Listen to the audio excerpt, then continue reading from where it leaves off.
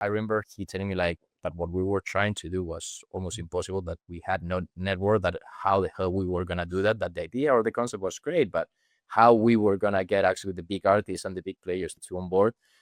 I think it was 14 months later, he ended up investing in us.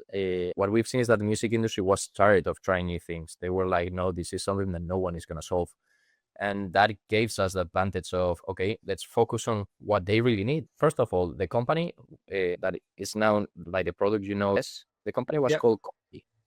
Mhm. And we traded that because we were able to start from scratch, because we failed so many times that we thought at that point it didn't matter because we didn't have any customers when we changed the name. But we failed so many times, and I think that's the difference between us and our competition. What made you succeed in the end, though? I mean, failing many times is good, right? But in the end, you do have to succeed as well. He's a serial Hmm. entrepreneur. He's done it so many times and very good. And he looked at me like super impressed of, how can you be so stupid? So we were actually like 2 months away from burning all the money, all the Right. that we have. So we were literally gonna die. And I was Mm. like, okay, do we have time or not? The artist is a company, and they are the ones who depend the most on their fans. Their fans stream their music, their fans buy their merch, their fans buy VIP packages, buy tickets. When you start burning $100,000 a month, you feel like it's a quantity that you feel comfortable burning and so on, and you feel it is impossible that someday you will burn $1 million a month. Right. When you reach that level and you're burning $1 million a month, but you have the same level of traction that you used to have when you were burning $100,000 a month, what it's almost impossible to go back and burn those $100,000 a month. And Going on often you here, get more done with a much smaller team than with a larger team. That's the big paradox, right? my dream would be Yes.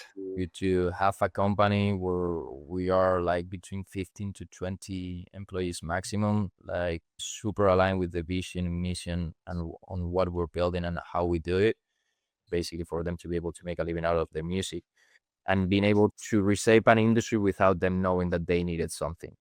From suddenly now, all the big players and everyone knows that fan communities is the next big thing for the music industry, and that they need to be super aware of that, and working closely with the artists for them to be able to actually build proper communities. From the second you wake up to the second you go to bed, there's no quiet moments. One thing that I do have is I'm super resilient. I never give up.